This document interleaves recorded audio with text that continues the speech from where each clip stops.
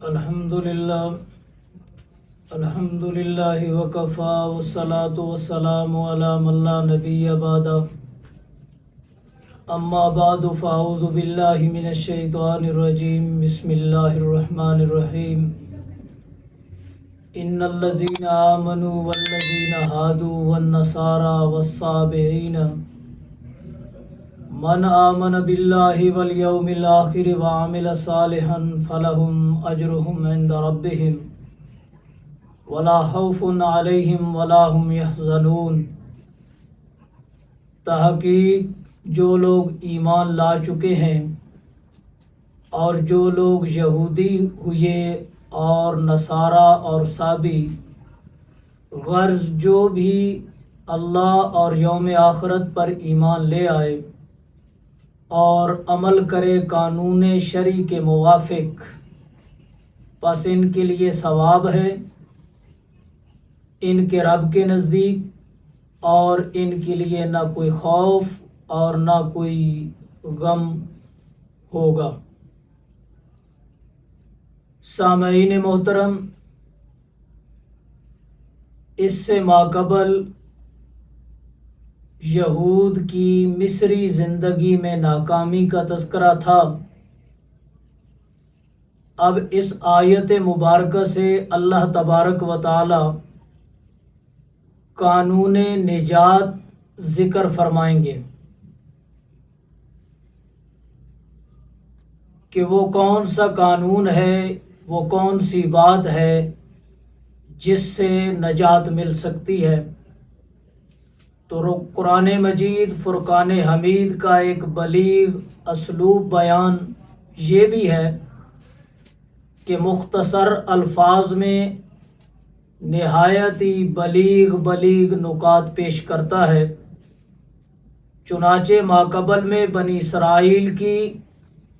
مسلسل نافرمانیاں اور نسل در نسل سرکشیوں کا ذکر چلا آ رہا تھا۔ مخاطبین پر یہ اثر پڑنا بالکل طبیعی تھا کہ ایسے مجرمین کے لیے نجات کی کوئی گنجائش ہی نہیں، مگر قرآن کریم نے درمیان میں اس آیت مبارکہ کو لا کر اس مایوسی کو دور کر دیا کہ کسی کے اندر کوئی مایوسی پیدا نہ ہو۔ جو بھی ضابطۂ خداوندی کے ماتحت عقائد اور اعمال درست کرے، خواہ وہ مسلمان کے نام سے یاد کیا جائے یا یہودی کے نام سے یاد کیا جائے یا نصرانی اور صابی کے نام سے یاد کیا جائے، غرض کوئی بھی ہو، جب عقائد اور اعمال دونوں میں اپنے آپ کو رب کے احکامات کا متبع بنا دے گا تو رحمت و مغفرت کی راہیں اس کے لیے کھل جائیں گی۔ دونوں جہانوں میں کامیابی ہی کامیابی ہوگی، خاص کر قیامت کے دن تو اہل ایمان کو نہ اپنے ماضی پر حسرت ہوگی اور نہ ہی اپنے مستقبل کی طرف سے کوئی تشویش ہوگی، بلکہ بے فکر اور بے غم ہوں گے۔ تو اب اس آیت کریمہ یا اس اللہ تبارک و تعالیٰ کے قانون سے یہ بات سمجھ آتی ہے کہ قیامت کے دن نجات صرف اور صرف اہل ایمان ہی کے لیے ہوگی۔ کیوں کہ اللہ تبارک و تعالیٰ نے فرمایا من آمن باللہ، جو آدمی بھی اللہ تبارک و تعالیٰ کو وحدہ لا شریک مانتا ہے اور امام الانبیاء کو اللہ کا آخری رسول مانتا ہے اور قرآن مجید کو منزل من اللہ کتاب مانتا ہے اور تمام انبیاء علیہم الصلاۃ والسلام کی نبوت پہ ایمان رکھتا ہے، اور پھر اپنا ہر عمل امام الانبیاء صلی اللہ علیہ وسلم کے طریقے پر کرتا ہے تو اس کے لیے دن قیامت کے نجات ہی نجات ہوگی۔ اب اس سے اگلی آیت کے اندر پھر یہود کی ایک سرکشی کا تذکرہ ہے، تو اللہ تبارک و تعالی فرماتے ہیں وَإِذْ أَخَذْنَا مِيثَاقَكُمْ وَرَفَعْنَا فَوْقَكُمُ الطُّورَ خُذُوا مَا آتَيْنَاكُمْ بِقُوَّةٍ وَاذْكُرُوا مَا فِيهِ لَعَلَّكُمْ تَتَّقُونَ ثُمَّ تَوَلَّيْتُمْ مِنْ بَعْدِ ذَلِكَ فَلَوْلَا فَضْلُ اللَّهِ عَلَيْكُمْ وَرَحْمَتُهُ لَكُنْتُمْ مِنَ الْخَاسِرِينَ۔ جب ہم نے تم سے عہد لیا اور ہم نے تمہارے اوپر طور پہاڑ کو اٹھایا، حکم دیا ہم نے اعتقاداً عملاً پکڑو اس کتاب کو جو ہم نے تمہیں دی ہے ہمت کے ساتھ، اور یاد کرو تعلیم و تعلم میں ان احکام کو جو اس کتاب میں ہیں، تاکہ تم بچ جاؤ گناہوں سے۔ پھر تم اس عہد سے پھر گئے وعدہ کرنے کے بعد، پس اگر تم پر اللہ کا فضل اور اس کی خاص رحمت